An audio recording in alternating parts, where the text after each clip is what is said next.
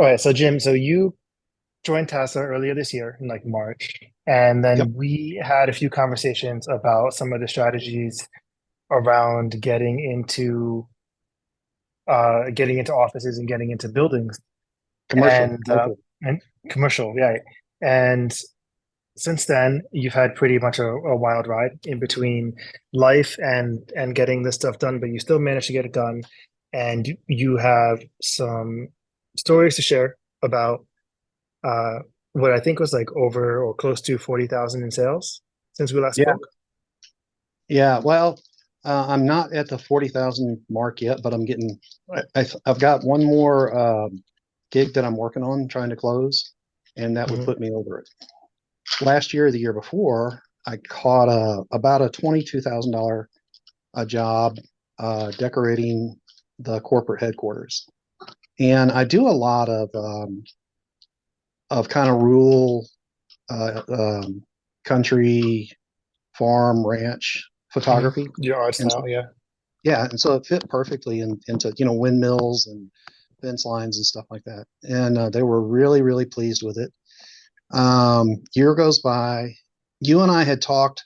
One of my goals with TASA is um, these are big fish. I've done the Amarillo Urology Clinic. That was like 36,000. This is a $20,000 job.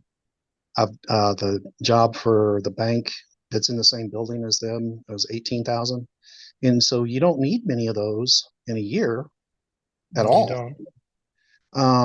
And I would much rather do those than it's not like on my website where I'm not going to take one sale at a time, which I do regularly, but I really want to be able to make that consistent, those commercial sales Right. consistent. So you and I started talking, and man, I sing your high praises to my other artist friends all the time.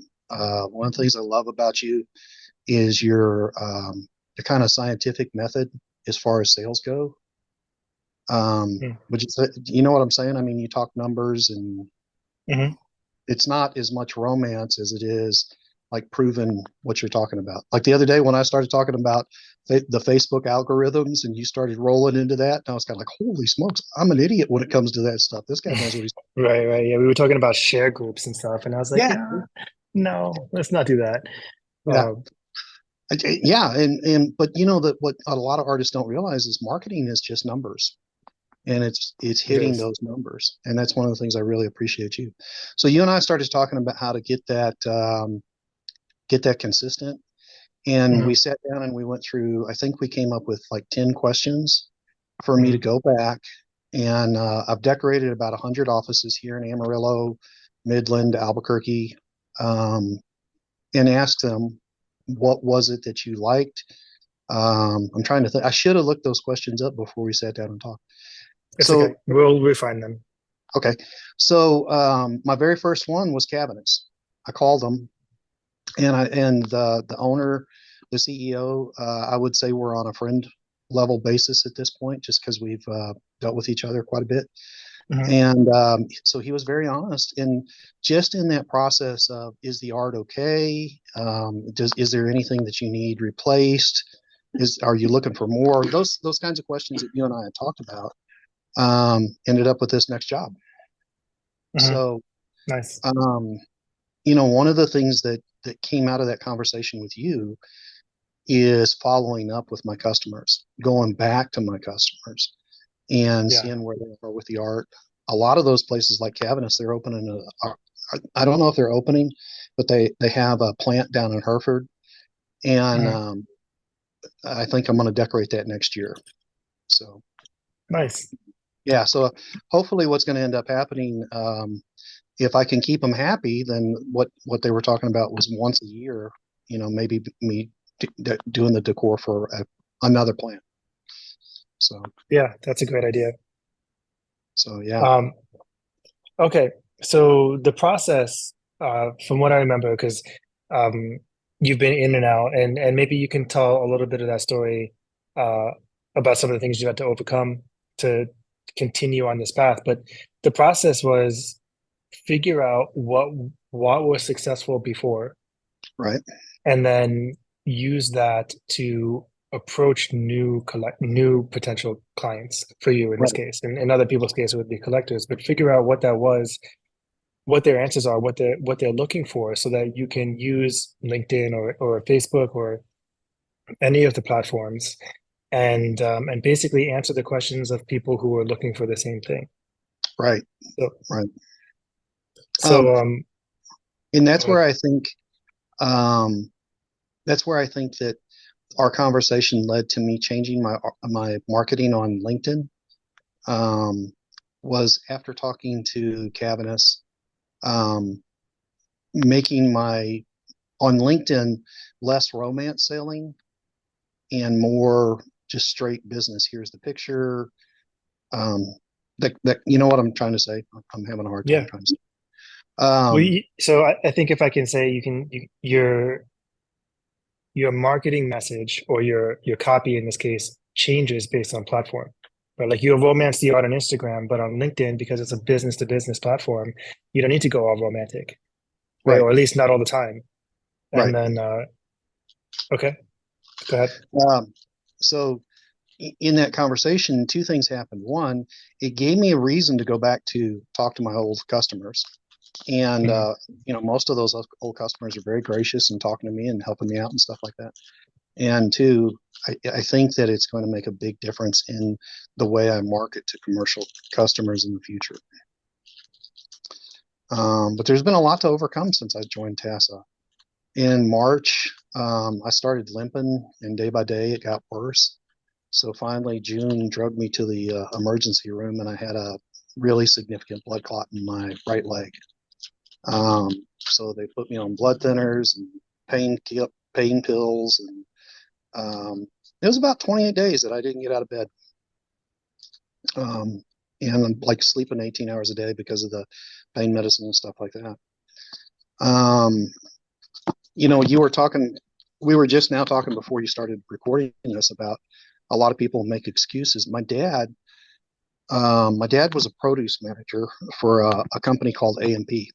Most people our age don't even remember it, but it was the largest grocery chain in the I United remember. States.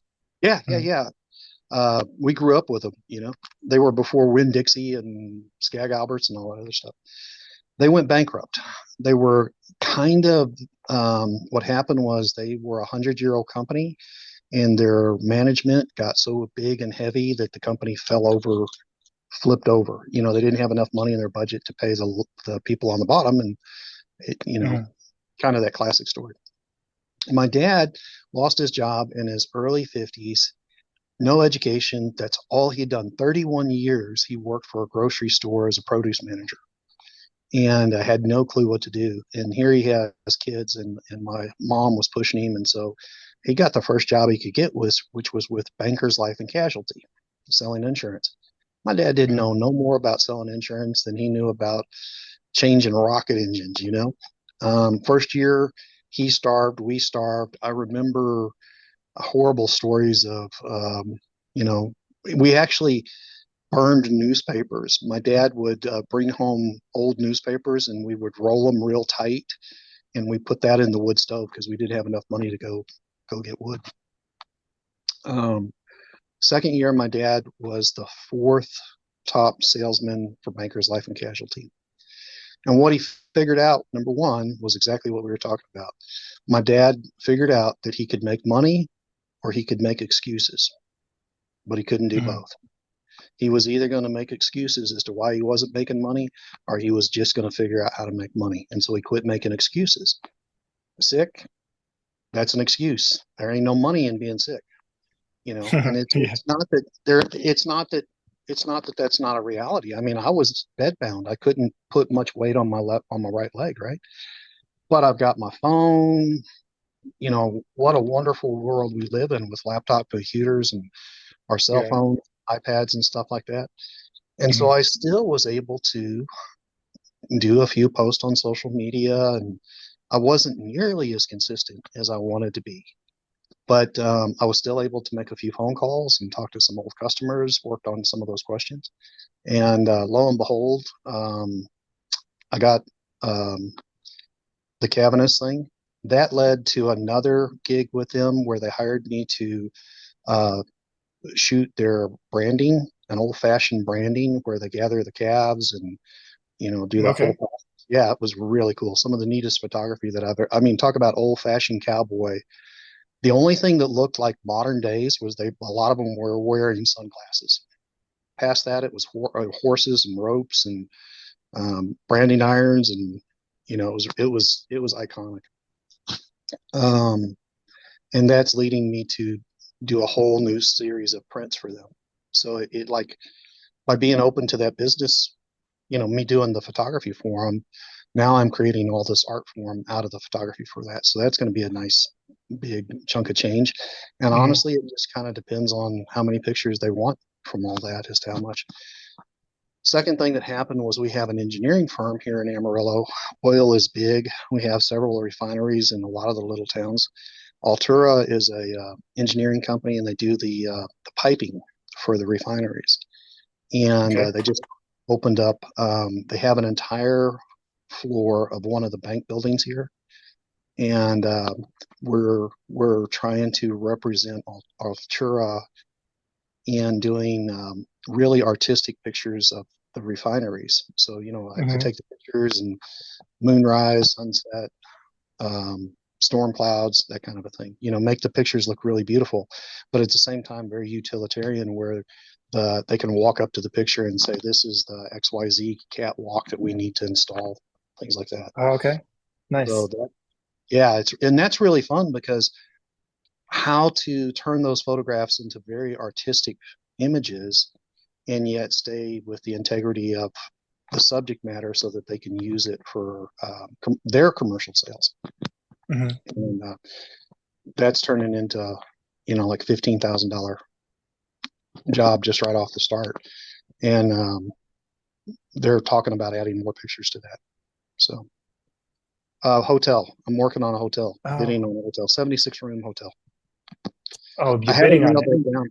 Yeah, I haven't nailed it down yet, but we're getting to the final stage, and I think that's going to come down to it. Okay.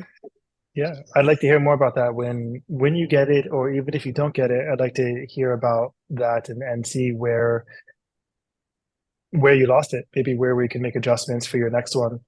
Yeah, Um, I think I'm going to get it, but what I want to do is this is owned by a young man here in Amarillo who bought an old hotel and he's refurbishing it.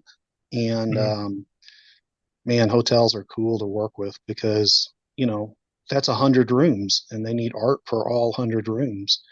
Yeah. So that's a field that I really want to figure out how to get into. Okay. That's really cool.